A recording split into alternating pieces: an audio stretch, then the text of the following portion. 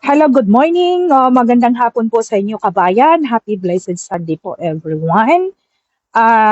Gusto ko lang sabihin, mag-iingat po kayo sa mga gumagawa at gumagaya sa aming page, so Wild Magenta. No, madali naman ninyo malalaman kung sa amin ba talaga. Tingnan nyo yung mga followers. Kukunti ang mga followers nila at groups ang ginagamit nila, no?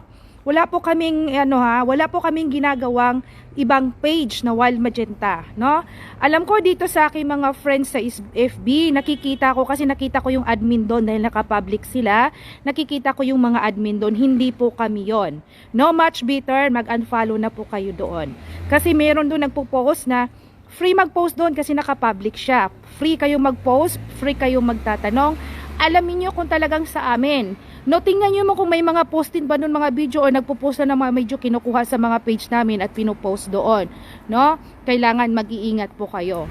Then, tingnan nyo kung ang mga numbers kasi kahit maraming gumagawa ng mga FB page, kung ang number naman, iisa lang po yung WhatsApp namin. Kung legit ba talaga kami ang may-ari or kami ang nagre-reply. Kasi ayaw namin pagdating ng araw, ginagamit ang mga pangalan namin para kayo ay hihingan o anuman ang gagawin nila sa inyo. Kaya ingat, yun lang po masasabi ko, ingat kayo at i-research nyo kung talagang legit po sa amin. Okay?